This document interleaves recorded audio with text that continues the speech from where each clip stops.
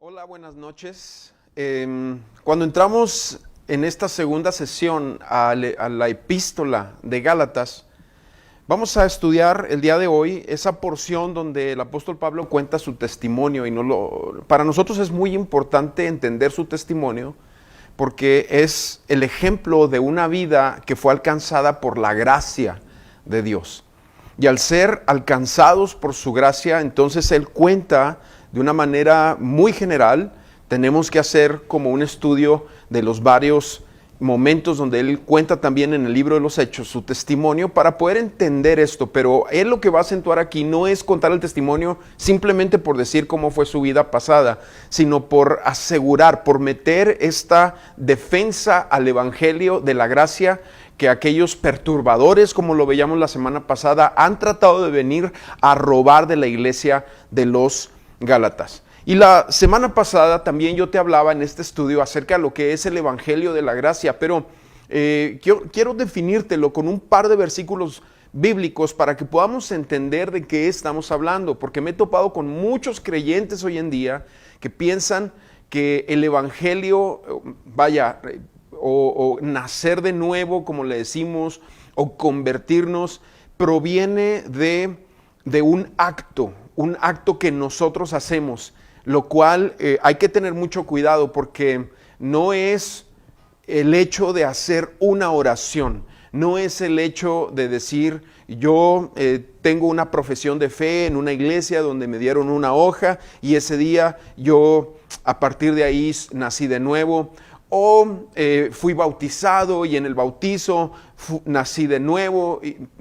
Quiero nada más tratar de ir a la palabra de Dios para que juntos podamos explorar lo que significa recibir a Cristo, lo que significa el evangelio de la gracia.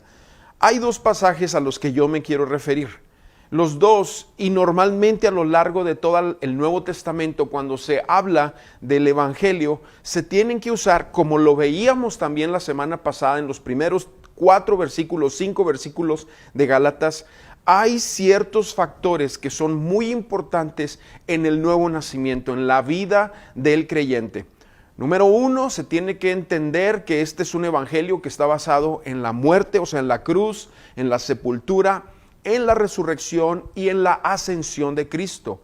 En eso hemos creído, hemos recibido nosotros esa revelación de la palabra de Dios, sabiendo que es una obra donde nosotros hemos creído en Jesús que está vivo. Él está vivo. Eso es sumamente importante entenderlo, que no quedó en una cruz, no quedó en la sepultura, sino que Él resucitó al tercer día, como lo dice la palabra. Pero otro aspecto también muy importante del evangelio es entender que somos pecadores, que Él vino a salvar pecadores. Lo leíamos también este domingo en la plática, donde en la casa de Zaqueo Él dice, porque el Hijo del Hombre vino a buscar y a salvar lo que se había perdido. Esto acentúa el hecho de que Él vino, como se lo dijo también a los religiosos de su tiempo, Él vino por los enfermos, no por los sanos. Y tú y yo, cuando hemos recibido el evangelio, entendemos que somos las personas enfermas. Lo decíamos también la semana pasada, que el evangelio es el mensaje que nos da a entender nuestro Dios a través de su palabra, de que somos más malvados de lo que nos atrevemos a creer. ¿Por qué esto? Porque muchas veces nosotros pensamos que porque alguien creció en la iglesia no es suficientemente malvado como para merecer el infierno. Yo nada más quiero detenerte ahí. La paga del pecado es muerte, ya sea una mentirita, una actitud hipócrita, el sentimiento de celos, el sentimiento de envidia, el sentimiento de amargura, cosas que se pueden fácilmente poner una máscara para que no observen el interior de tu corazón, desde esas cosas pequeñas hasta los grandes pecados que catalogamos nosotros como las violaciones, los asesinatos, los hurtos, las traiciones, las infidelidades, los adulterios, todo ese tipo de cosas. Yo nada más quiero decirte que la línea es desde que nosotros nacimos como pecadores y por lo tanto somos merecedores, aunque tú digas, es que creció en el evangelio, es que creció en la iglesia. No, es entender que somos merecedores de una separación eterna con nuestro Dios. Pero si eso no cae a nuestro corazón, no hemos entendido el evangelio. Por eso yo lucho tanto con comentarios de repente de gente que dice, no, es que hizo la oración. Bueno, créeme que hacer una oración puede ser el cambio radical y total en la vida de una persona o no significar nada. Por eso es muy importante que nosotros entendamos que esto es algo que Él revela sobre nuestras vidas y revela dos cosas. Yo te decía ahorita, interrumpí con esta explicación lo que te decía, es que seamos revelados en que somos más malvados de lo que nos atrevemos a creer, pero también somos más amados por medio de Cristo de lo que llegamos a comprender. Eso es el evangelio de la gracia. También es entender que cuando nosotros vemos, nos asombramos con su amor, con su santidad, nos asombramos con su gloria. Es entender que al asombrarnos de esa manera, va a reflejar sobre nosotros la calidad de pecadores que somos. Y eso es lo que Pablo acentúa en este evangelio de la gracia. Y cualquier cosa que nosotros tratemos de sumarle a lo que nosotros vivimos, cualquier cosa que tratemos nosotros de añadir para tratar de quedar bien con Dios, eso es lo que Pablo a lo largo de toda la epístola a los Gálatas va a señalar como la ley, como los esfuerzos humanos, que es ese mensaje que están estos perturbadores tratando de añadir ahí. O sea, si tu conducta, tus esfuerzos, tu buen comportamiento, todo eso es algo que a veces nos sentimos tentados a añadirle al evangelio de la gracia, pero no es necesario, porque a Cristo no se le tiene que añadir nada. A su cruz no tenemos que añadirle absolutamente nada. Y empiezo leyendo uno de los pasajes, es 1 Corintios capítulo 15, versículos del 1 al 4, ahí nos muestra lo que es el evangelio. Dice, además, hermanos, les anuncio el evangelio que les prediqué, que es el mismo que ustedes recibieron y en el cual siguen firmes. Por medio de este evangelio serán salvados, siempre y cuando retengan la palabra que les he predicado. De no ser así, habrán creído en vano. En primer lugar, les he enseñado lo mismo que también yo recibí. Esto es importante, Él lo recibió, no lo desarrolló. Lo veremos, lo vimos la semana pasada y lo extenderemos un poco ahorita. Dice, que conforme a las Escrituras, Cristo murió por nuestros pecados, que también conforme a las Escrituras fue sepultado y resucitó al tercer día. O sea, esto es el evangelio. Él murió, Él resucitó por los pecados de nosotros, por los pecadores. Él no vino por gente buena. No sumemos nuestra bondad a su sacrificio, porque tú y yo fuimos salvados de ser pecadores. Amén. Otro pasaje podría ser 1 Timoteo 1:15, que dice esta palabra: es fiel y digna de ser recibida por todos. Cristo Jesús vino al mundo para salvar a los pecadores, de los cuales, dice Pablo, yo soy el primero.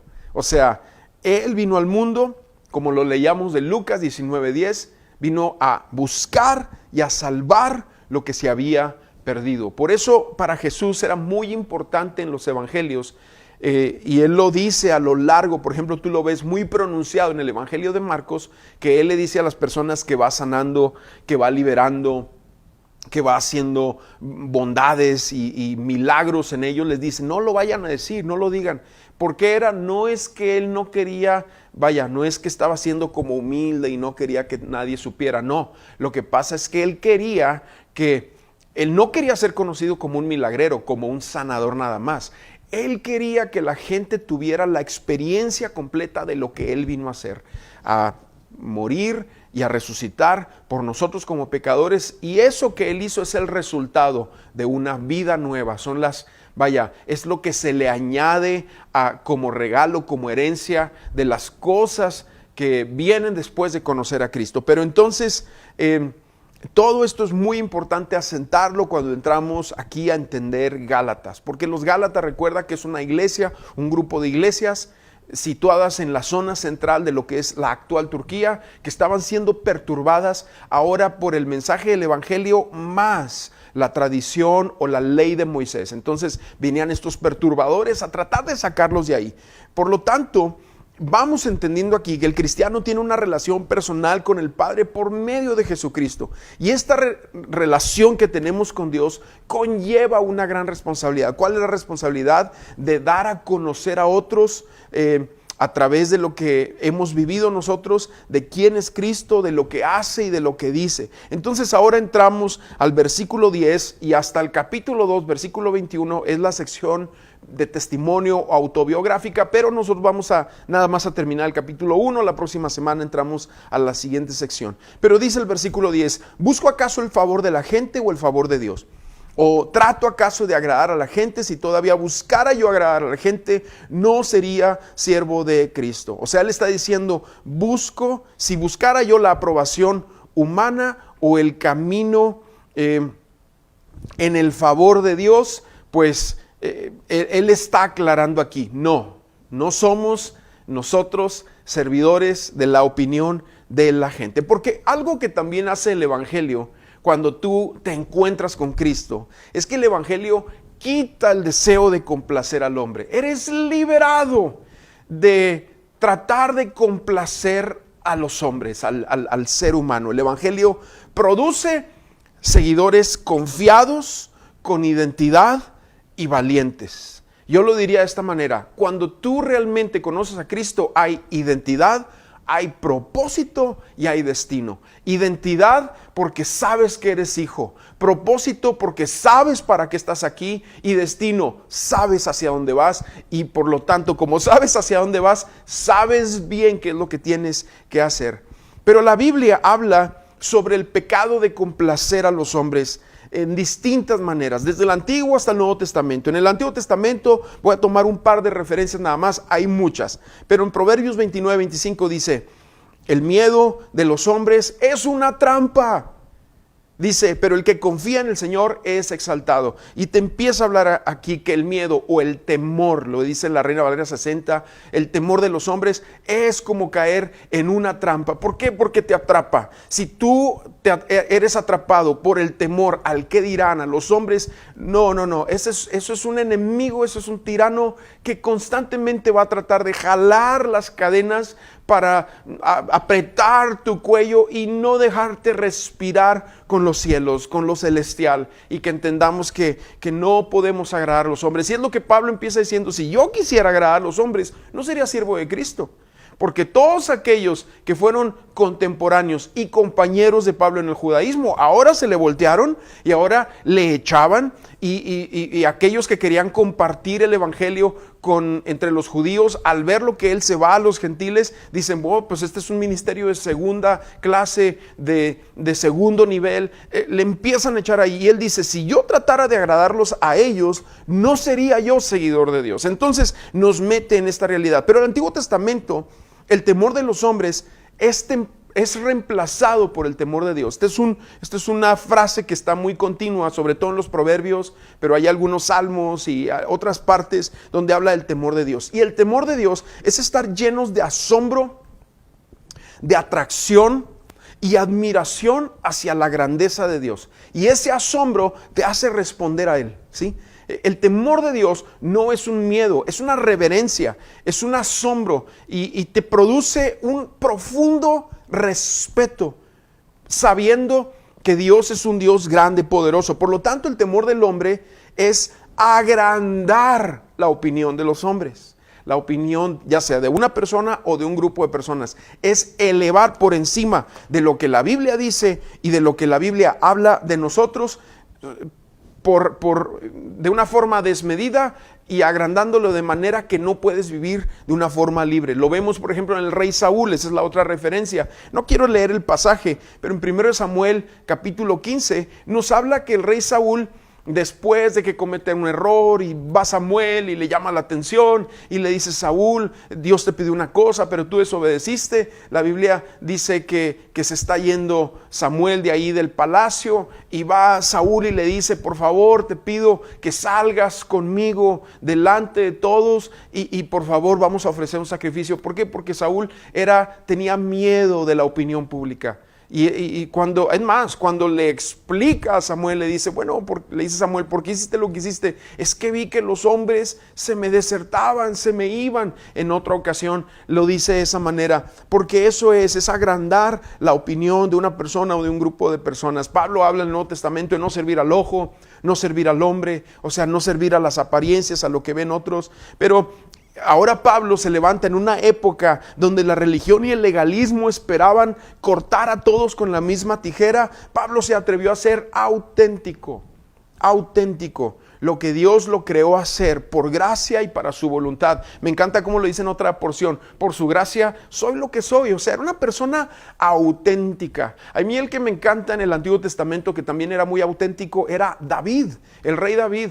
Aun cuando cometió sus tremendos pecados, vino Dios, vino a través de la palabra de los profetas, lo reprendió, y él, siendo auténtico, se postró, se humilló delante de su Dios. Creo que eso tiene que ver con lo que dice de él en el Nuevo Testamento, que era un hombre conforme al corazón de Dios. Entonces vamos leyendo esa parte. Pablo tenía un mensaje divino. Versículos 11 y 12 de Gálatas 1 dice: pero les hago saber, hermanos, que el evangelio anunciado por mí no sigue criterios humanos, pues yo no lo recibí ni lo aprendí de nadie, sino que Jesucristo me lo reveló. Y entonces aquí Pablo empieza el tema. Su mensaje y su apostolado son de origen divino. Eso ya lo vimos la semana pasada, lo hablamos y dijimos que él no inventó el evangelio. Hay gente que piensa que Jesús fue como un predicador rural, allá muy limitado a la zona de Palestina, y de cierta manera sí estuvo limitado nada más a unos cuantos kilómetros que viajó, y que Pablo fue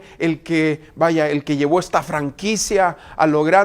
Pero realmente de Jesús proviene. Pablo lo dice: el fundamento es Cristo, ¿sí? Él es la roca, y sobre Cristo se desarrolla el fundamento de los profetas y los apóstoles. Pero Pablo, no inventó el evangelio ni lo recibió de hombres, sino que lo recibió de Cristo Jesús.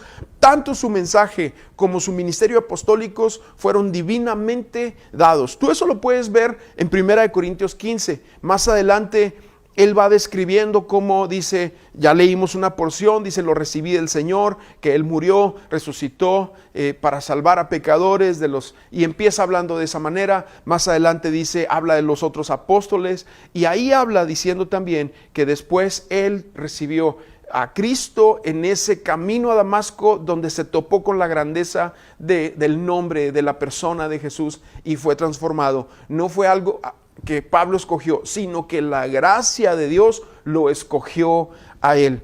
¿Por qué? Porque el mejor recurso que está usando aquí ahora el apóstol Pablo para meter esta apologética de que el evangelio es por gracia, es por la gracia de Dios, ahora nos mete a esa parte testimonial o biográfica de su vida. Entonces nos lleva a través de 3 imágenes que evidencian su apostolado. 3 imágenes que evidencian su apostolado y que fue su mensaje verdaderamente de parte de Dios para los creyentes. Y lo primero que vemos aquí es que Pablo fue un perseguidor. Podríamos decir, número 1, Pablo el perseguidor. Eso lo va a explicar en los versículos 13 y 14.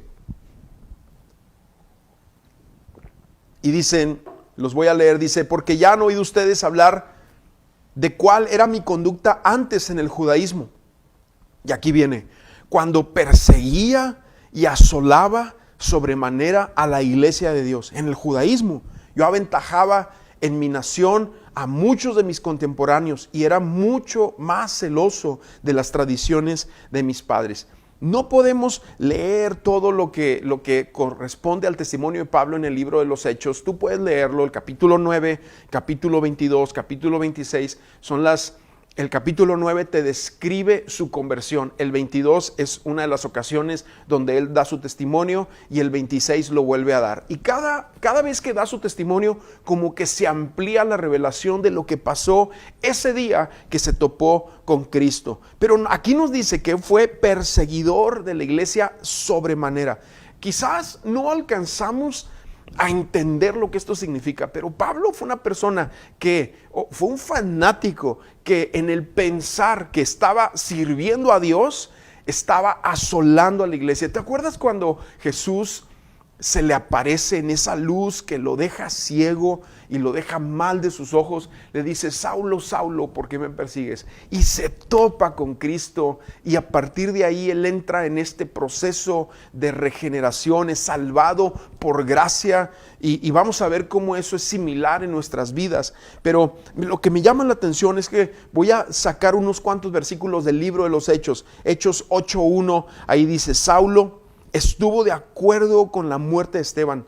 Me llama la atención porque dice que consentía en la muerte de Esteban. Posiblemente él no era una persona que mató directamente a alguien, pero sí fue autor intelectual, y es la misma culpa que tiene el autor intelectual como el autor material en un crimen. Y es lo que nosotros vamos viendo aquí, que él fue el autor intelectual de este hombre de Dios, que el capítulo 7 del libro de los Hechos da un testimoniazo, Esteban, impresionante, porque fue un mártir, fue el primer mártir ya en la iglesia primera, o la iglesia primitiva que se le llama. Versículo 3 del Hechos capítulo 8 empieza diciendo: Saulo hacía destrozos en la iglesia, entraba a las casas y arrastraba a hombres y mujeres y los llevaba a la cárcel. ¿Cómo los arrastraba? Como en las películas, los ataba ahí de una soga y con un caballo los jalaba, o de las greñas sacaba a las personas, o cómo le hacía. Pero te habla de una persona llena de coraje, de enojo contra el camino, contra Cristo, que más adelante lo dice de esa manera. Tú ves el capítulo 8 que se desarrolla todo eso. Capítulo 9, empieza el capítulo 9 diciendo aquí la atmósfera que se vivía en el tiempo cuando Pablo era el perseguidor. Capítulo 9, versículo 1 dice: Saulo aún lanzaba amenazas de muerte contra los discípulos del Señor cuando fue a ver al sumo sacerdote. O sea, diciéndonos que se respiraba. Ese era el ambiente cuando Pablo andaba de perseguidor, de amenazas, de muerte. Y es ahí cuando el Señor se topa con él. Yo no diría que Pablo se topó con el Señor, sino que el Señor se topó con él. Él en su soberanía detuvo la vida de Pablo y dijo: hasta aquí está bueno. Y él, como viendo, no nada más diciendo hasta aquí está bueno, sino viendo este rompecabezas ya lo puedo armar. Es el tiempo de Saulo. Se topa con él y lo deshace, lo desarma, y cae Pablo como este pecador arrepintiéndose delante del Señor. En Hechos capítulo 22 y en 26 no se extiende obviamente algunos detalles de su conversión, pero esta es una parte muy importante. Pasó algo. Saulo de Tarso, el perseguidor de la iglesia, se convirtió en el apóstol Pablo, y eso no pasó gradualmente, sino de repente. Fue algo que lo sorprendió, sin avisar a nadie de este profundo cambio. Jesús no le fue y le avisó a Pedro, no le fue y le avisó a los demás apóstoles. No. Él tenía un plan y lo alcanzó de una manera milagrosa. Entonces, en estos versículos que leímos, vemos a Pablo así rápidamente. Tú puedes leerlo más profundo en los pasajes que te di el libro de los Hechos, de cómo él fue un perseguidor de la iglesia. Segundo, es Pablo ahora como creyente. Pablo como creyente o como discípulo. Y nos dice, la Biblia nos da unos pequeños detalles también nada más, ¿no? Porque no es el protagonista Pablo, sino que lo usa él para que podamos entender cómo el Evangelio de la Gracia alcanza a las personas. Creo que a veces en el hablar mucho de nuestro pasado, nos podemos nosotros hacer protagonistas, pero aquí se trata de que Jesús es el protagonista de cómo ese perseguidor se convierte ahora en un discípulo, en un siervo, en un hasta llega a ser un padre espiritual, un apóstol, como lo decíamos con A mayúscula. Pero versículos 15 y 16 en la primera sección, y luego voy a leer el 24 también, pero ese un poquito más adelante. 15 y 16 nos habla de Pablo, el creyente o el discípulo. Dice: pero Dios me apartó desde el vientre de mi madre y me llamó por su gracia. Y cuando a él le agradó revelar a su Hijo en mí, para que yo lo anunciara entre los no judíos. Entonces, esto que acabamos de leer, pues realmente si lo desmenuzamos, comprende varias cosas. Por ejemplo, él dice, cuando a él le agradó. ¿Qué significa eso? Que fue Dios quien lo hizo, no fue Pablo el que decidió.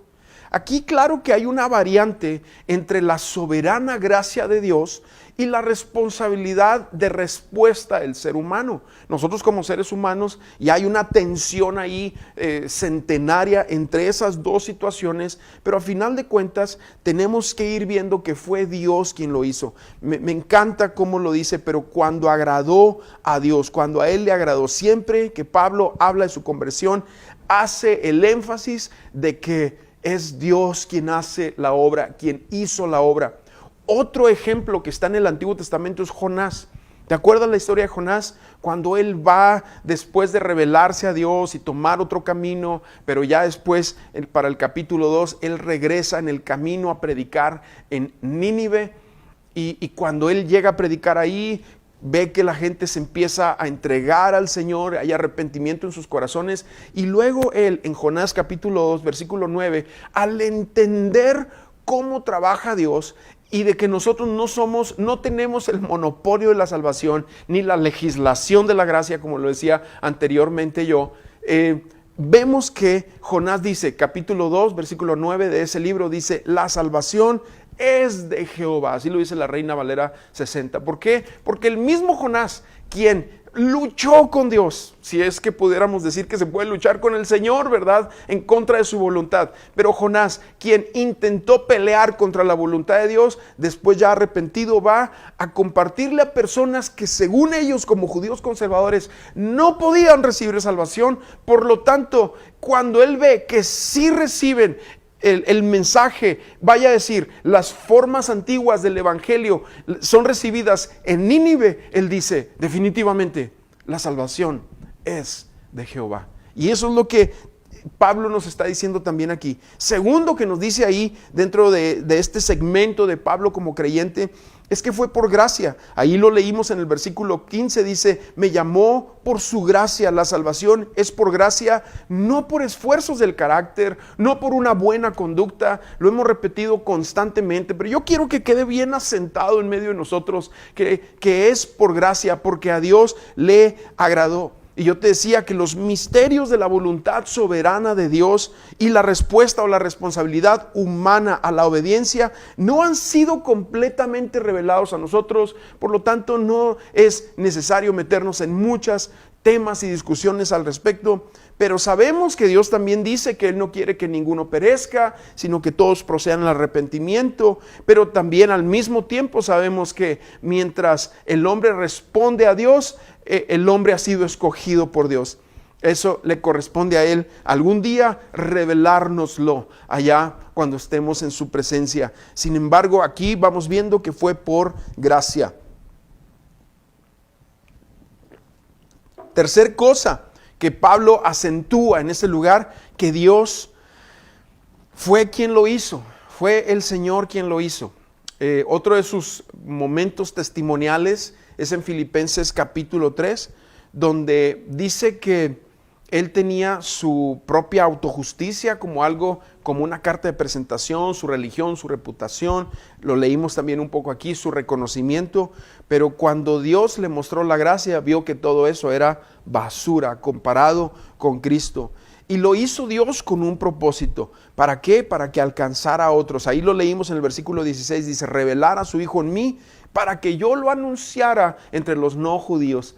¿Sabes que nuestra salvación tiene esa gran responsabilidad de darla a conocer a otros? Yo siempre me remonto al pasaje de los leprosos allá en sitio de Samaria, donde está Eliseo también de por medio, y estos leprosos van y se encuentran con el campamento sirio totalmente vacío, pero con todos los víveres y los alimentos y los vestidos y el oro, y se topan con eso, y estos leprosos van y dicen, no nos podemos quedar con toda esta bendición porque nos va a alcanzar nuestra maldad. No es justo, es lo que Pablo nos está diciendo aquí, que si nosotros nos hemos encontrado con Cristo, nos quedemos callados, nos crucemos de brazos, nos hagamos de la vista gorda, nos hagamos insensibles en nuestro corazón, porque Él está diciendo, reveló a su Hijo en mí para que yo lo anunciara entre los no judíos.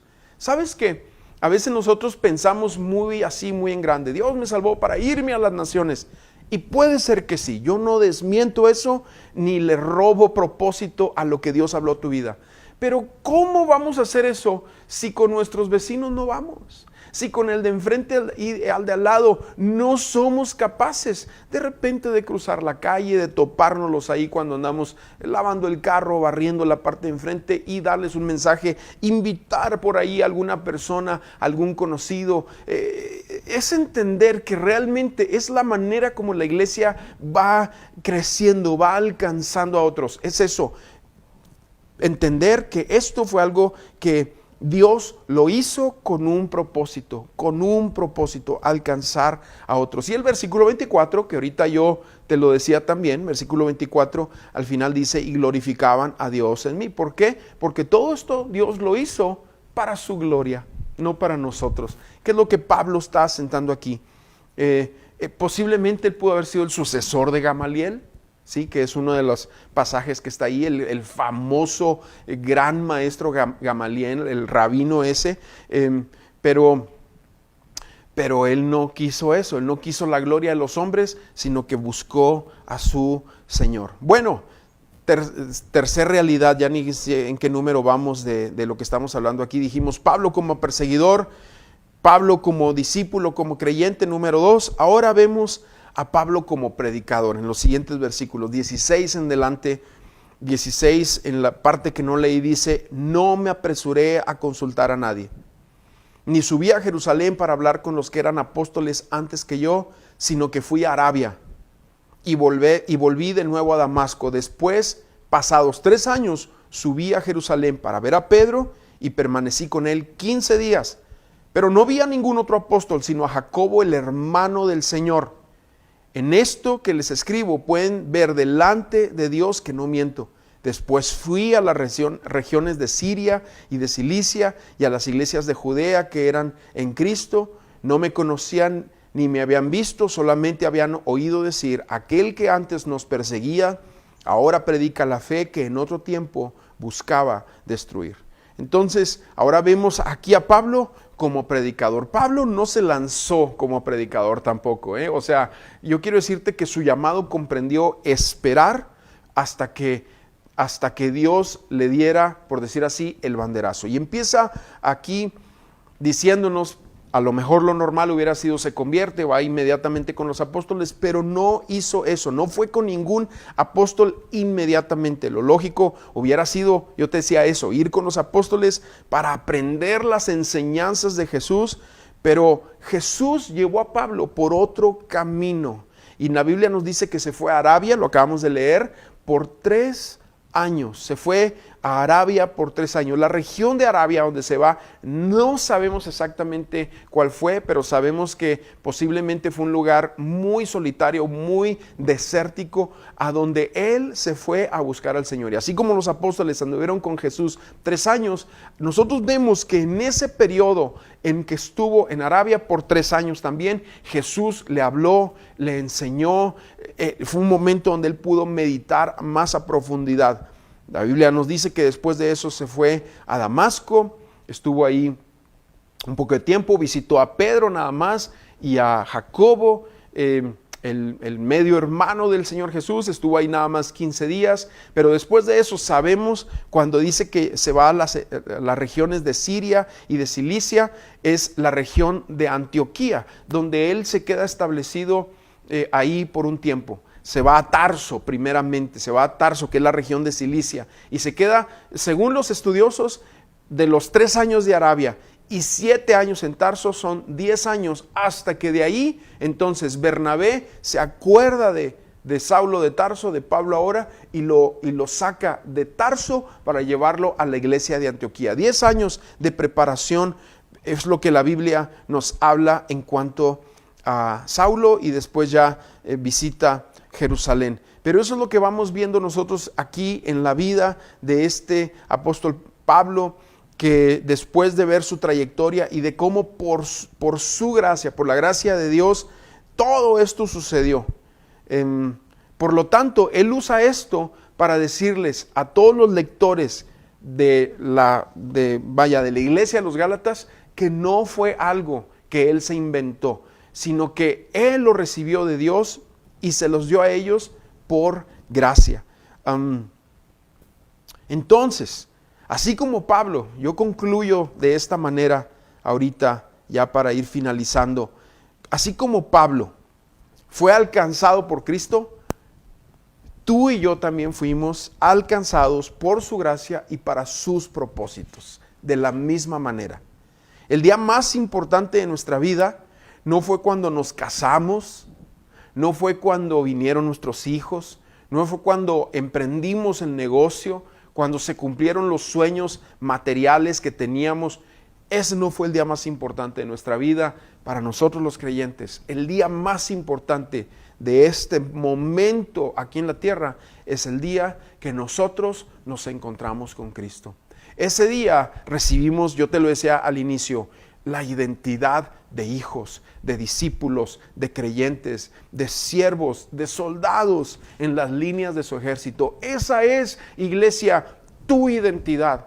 Tu propósito es saber por qué estás aquí. Hay un escritor famosísimo en los Estados Unidos, Mark Twain. Él lo dijo: hay 2 días más famosos en la vida del hombre, el día en que nace y el día en que sabe por qué. Bueno, yo difiero, ¿verdad? Porque la Biblia nos dice otra cosa. La Biblia nos lo dice que el día que nosotros nacimos de nuevo, ese es el día más importante, porque ese día, ahí tú tienes la identidad, tú entiendes el propósito, ahora el por qué estás aquí, y entiendes el destino. Entiendes que esto es algo de pasada. Este es un trayecto nada más que estamos viviendo, para el cual nos estamos preparando para ver a nuestro Dios, a nuestro Señor. Entonces, somos sorprendentemente amados como hijos. Eso es algo que queda como un sello.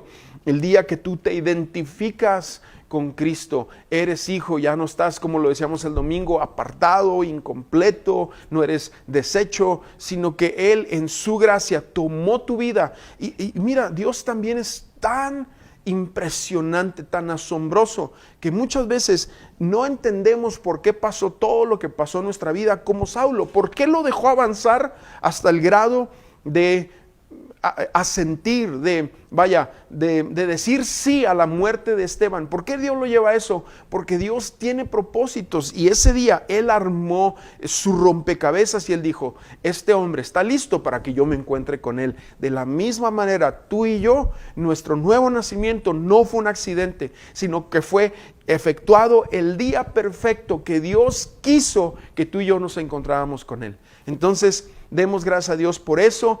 Y si alguien aquí está viendo la transmisión y no ha tenido un encuentro con Cristo y tú lo quieres tener, no dejes pasar tiempo. Yo no te voy a guiar en una oración, yo no te voy a llevar a nada, sino que tú créele al Señor ahí en tu cuarto, arrodíllate delante de Él, búscalo, dile: Señor, perdóname, ven a mi vida, ven a mi corazón, levántale tus manos ahí donde estás, entrega tu vida a Él, porque eso es esa realidad de entender que somos más pecadores de lo que queremos o nos conviene creer, es algo que su gracia nos va a revelar, pero que al mismo tiempo, como un choque a tu corazón, venga ese flechazo de amor de Dios que te haga entender que eres hijo, que eres amado, que eres identificado con Él, que tienes un propósito y que tu destino es eterno en Dios. Así que vengamos todos y entendamos esta parte tan importante de lo que Pablo está hablando aquí. Termino con este pasaje, Hechos 17:28, cuando él está dando su testimonio en Atenas, él dice: porque en Él vivimos, nos movemos y somos. Vaya, qué manera de escribirlo. Así son nuestras vidas en Cristo. Vamos a orar. Señor, gracias. porque tu evangelio nos alcanzó, porque tu gracia nos sonrió a nosotros como lo vil y lo menospreciado de este mundo. Tuviste, Señor, el agrado de voltearnos a ver, de tomarnos, y tu corazón es para muchos. Señor, tú no quieres que el hombre perezca, tú no quieres que ninguno se vaya al infierno, sino que procedan al arrepentimiento. Por eso estás teniendo paciencia, para que nosotros como iglesia hablemos tu mensaje, llevemos, Señor, tu corazón, tu palabra, esta relación vive personal como ejemplo a los que no te conocen, para que sean satisfechos y completos en ti. Oramos, Señor, honrando tu nombre, en el nombre de Jesús. Amén. Iglesia, que Dios les bendiga.